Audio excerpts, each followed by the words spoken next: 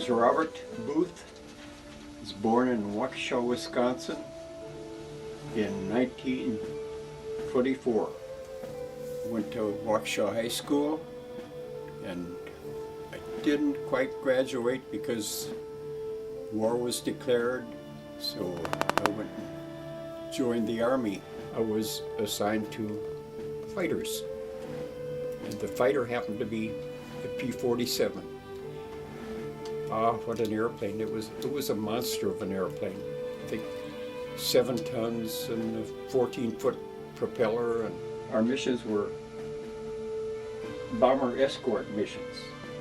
The bombers would take off bright and early in the morning. You would stay right with them and attempt to chase the German airplanes away. And I was leading the flight and I saw the airplane and I attacked. And we went round and around trying to get on each other's tail.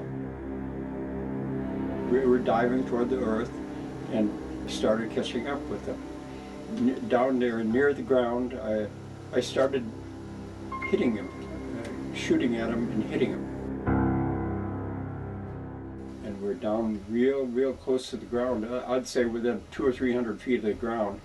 And I was right behind him and I saw his canopy come off, and I could see he had long blonde hair, and then all of a sudden he was gone. I spotted 3 airplanes in a kind of a loose formation directly in my line of flight. I came down and kind of snuck up on the tail end Charlie, the last airplane in the flight, and got fairly close to him and squeezed off a pretty good shot at him. And I pulled up and went over the top of him, and as I went over the top of him, he looked down and the cockpit was red. And like the first one, I think every bullet out of the guns hit the airplane. Pulled up over the top, same thing. The cockpit was on fire. Here we go after number 3. I went after him and apparently he saw me coming and we went round and around and around. It was just like the other 2. I got a good long shot at him and every bullet counted.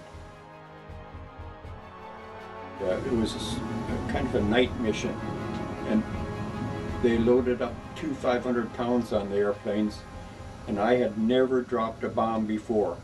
Got to the target area, pressed the bomb button, something went bloop up in the engine.